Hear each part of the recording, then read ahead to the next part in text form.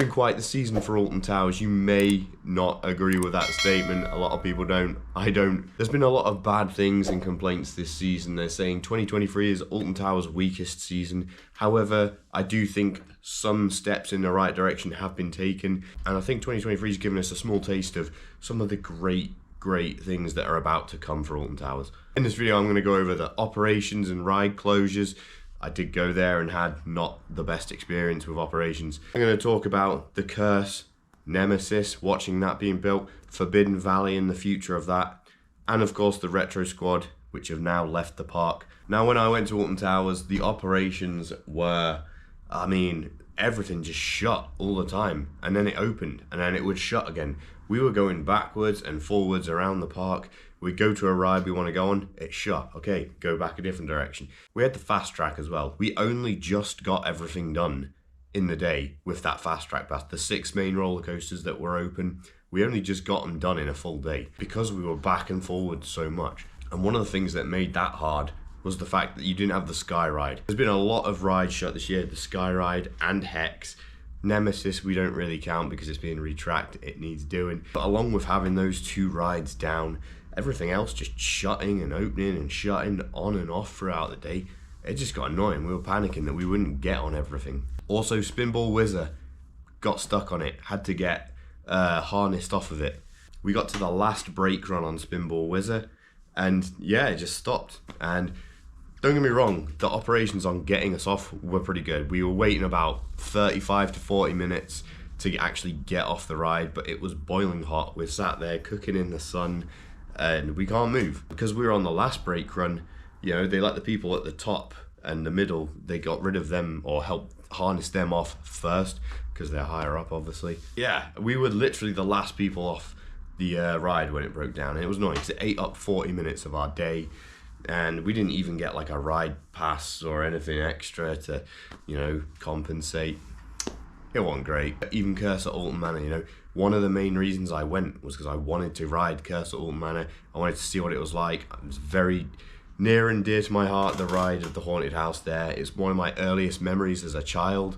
Back in the 90s when it opened, I remember going on it when it was the original haunted house, and I was so excited when I heard they were scrapping Jewel and the guns and making it a new, a proper, you know, haunted house, an immersive experience again. It didn't open till 4 o'clock.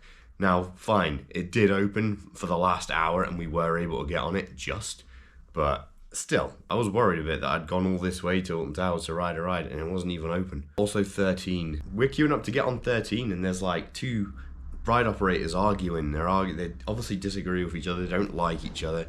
They're arguing from each side of the where you board the ride and where you get off. Didn't take away from the day or ruin the experience, but it doesn't look good. It just looks bad. I see a lot of videos, hear a lot of people talk about the operations at Alton Towers not being good, so that's definitely something that's not been good this season at all. I hope it gets better next season. Brushing the negative aside for a second, bringing in the positive, Curse at Alton Manor. Now, the first time we went on it, a lot of the effects didn't work. We went on it again, and actually that made it better because there were effects that worked the second time that we weren't expecting because they didn't happen the first time, so it actually made it more scary, more jumpy. And as far as the ride goes, it was brilliant, loved it, and I think it's something to look forward to because this is the standard that Alton Towers are going with. This is the level of theming and immersion that they are trying to build up in the future with future projects. You can see this now with Nemesis. Nemesis is going to be more than what it was. It's not just going to be a roller coaster with a static creature next to it. They are going full out with this. The theming is going to be amazing. I can't wait to see what it's like after the winter period. We're not going to see much. I guess the park is open for Christmas and Lightopia, so you will still be able to go into Forbidden Valley if you want to see what's going on. I don't know. I'm not going to be going personally, but I'm sure a lot of other people, YouTubers, are going to try get in there and you know, try get some shots and, you know, update on what kind of new elements there are going to be to this ride. And Forbidden Valley as a whole, the big question at the moment is what's happening with Galactica as well, because nobody thinks it's just going to be the same next year. It doesn't fit into Forbidden Valley. They're re-theming the whole area. supposedly. It would be weird if they did the whole area but ignored Galactica and just left it as it is. That wouldn't make any sense. I personally think it's going to be some kind of phalanx military based ride. That's the theming they're going to go with. And I hope they do. You know, I'd love to see it actually get repainted. I don't know if they'll do that. They at least need to clean it, and you know, hopefully they add loads of near miss elements like it was originally supposed to be when it was there. That they just, you know, all these concept arts of what it was supposed to look like, and they never did any of it. It's just a flying experience. Get rid of the very little space theming that the ride actually has. I guarantee they are going to do something with it.